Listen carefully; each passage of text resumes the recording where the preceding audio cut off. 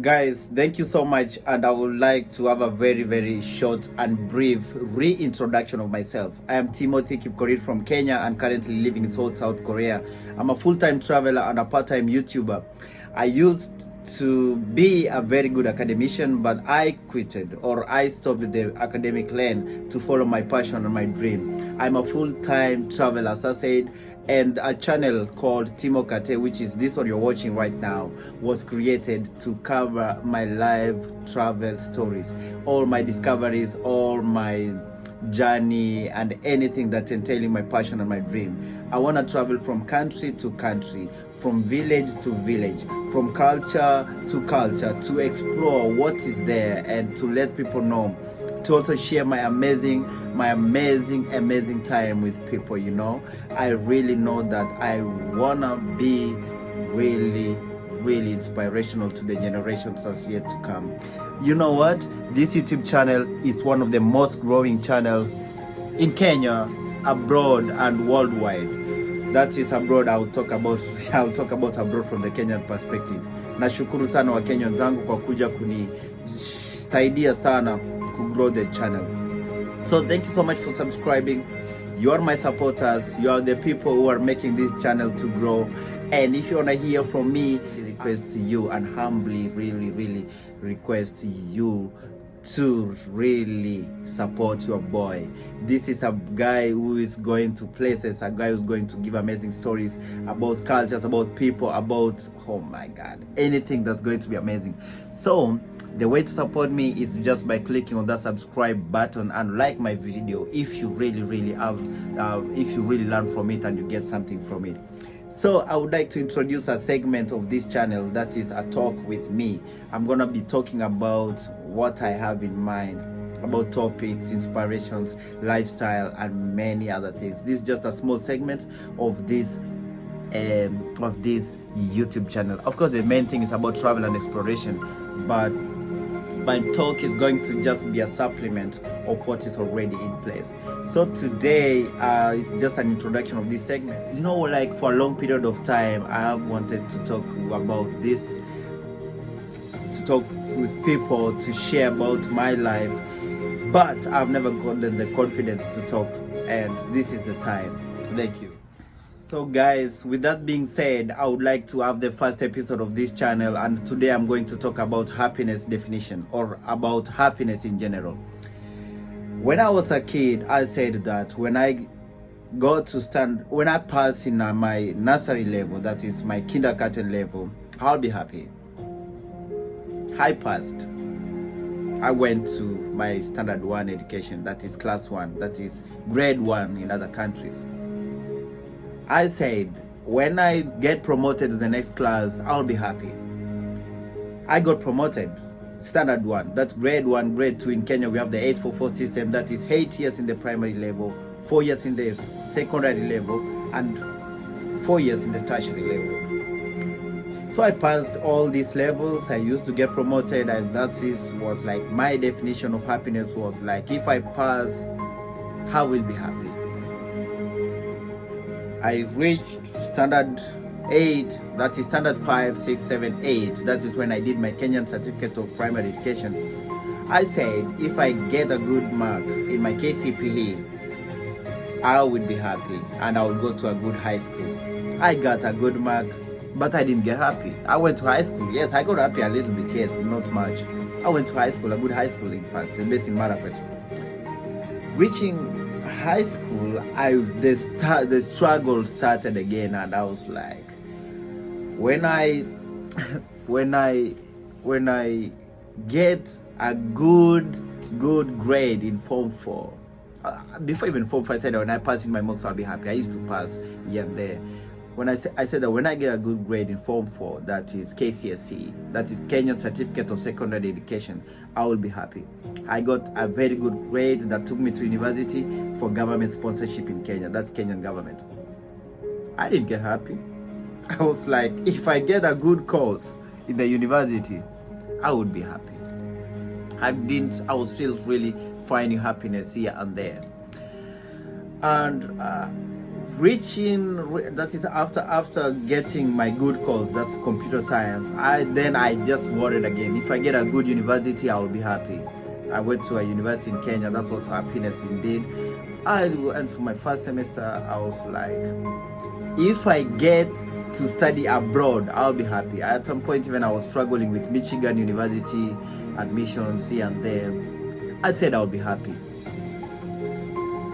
I failed, but I really didn't get the happiness. So I said, if I pass in my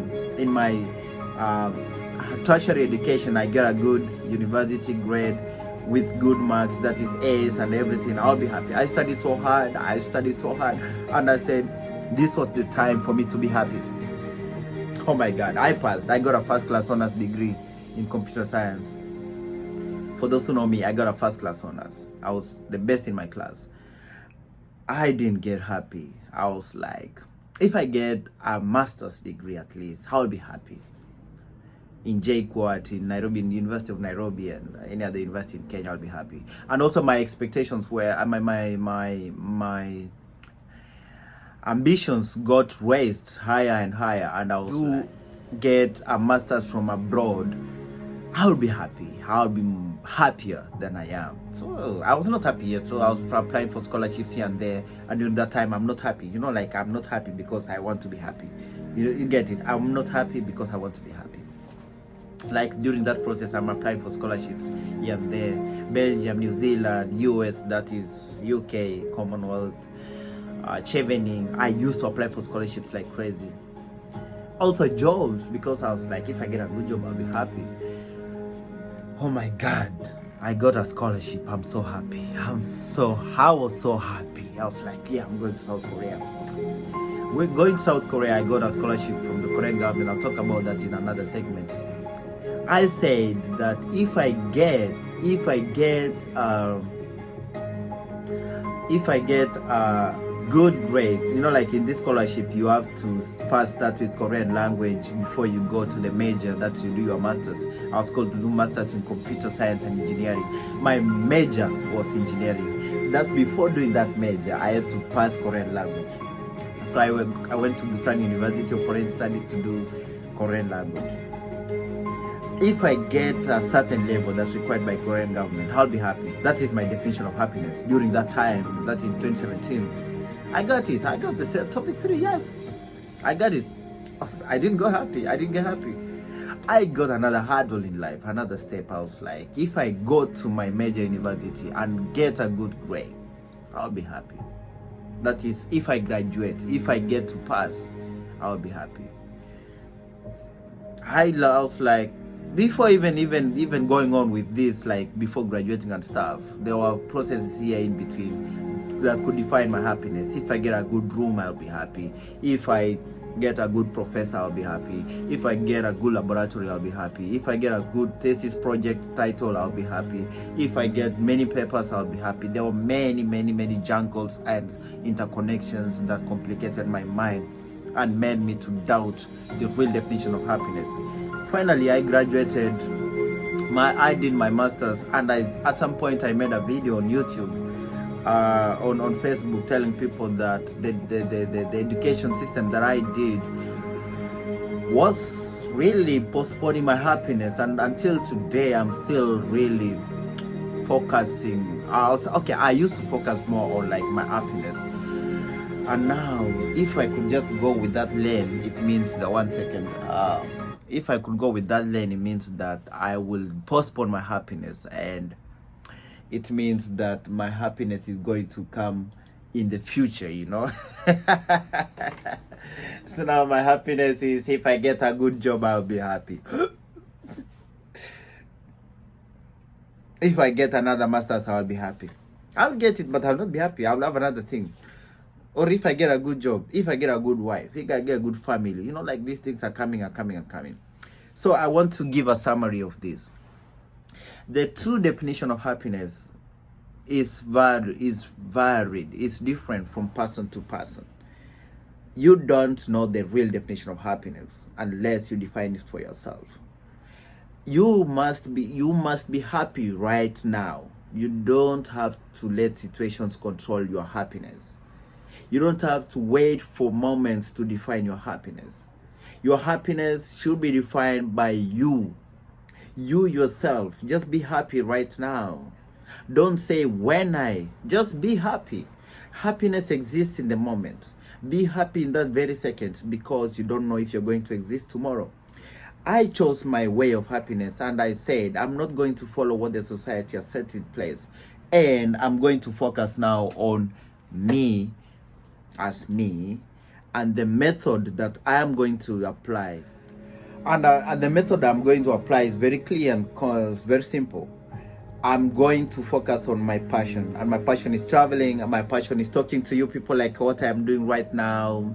And my passion is moving from place to place and meeting with people from different countries.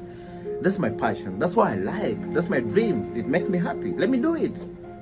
I'm gonna do it, and I'm gonna focus on it, put all my energy, because it's giving me happiness in return. I'm not going to find, I know that if definitely I'm going to look for a job, I will find it. If I'm going to get married, I might get married, yes, but I think that it's not going to give me the true happiness right now. So the message of today is define your own happiness. Define your own happiness. Happiness belongs to those who have a clear definition of what it is. You got it? Happiness belongs to those who have a clear definition of what it is. Just done. That's it. That's period. That's it. That's it. We have done. We have seen. We have experienced. We have seen that moments and moments lead to the other. Moments and moments. One brings the other moment. One brings the other moment. But at the end of the day, I would just say that people should just have their own way of living, their own way of being happy. It's not about what the society has set in place. Thank you so much. This is the first episode. See you in the next one. Bye.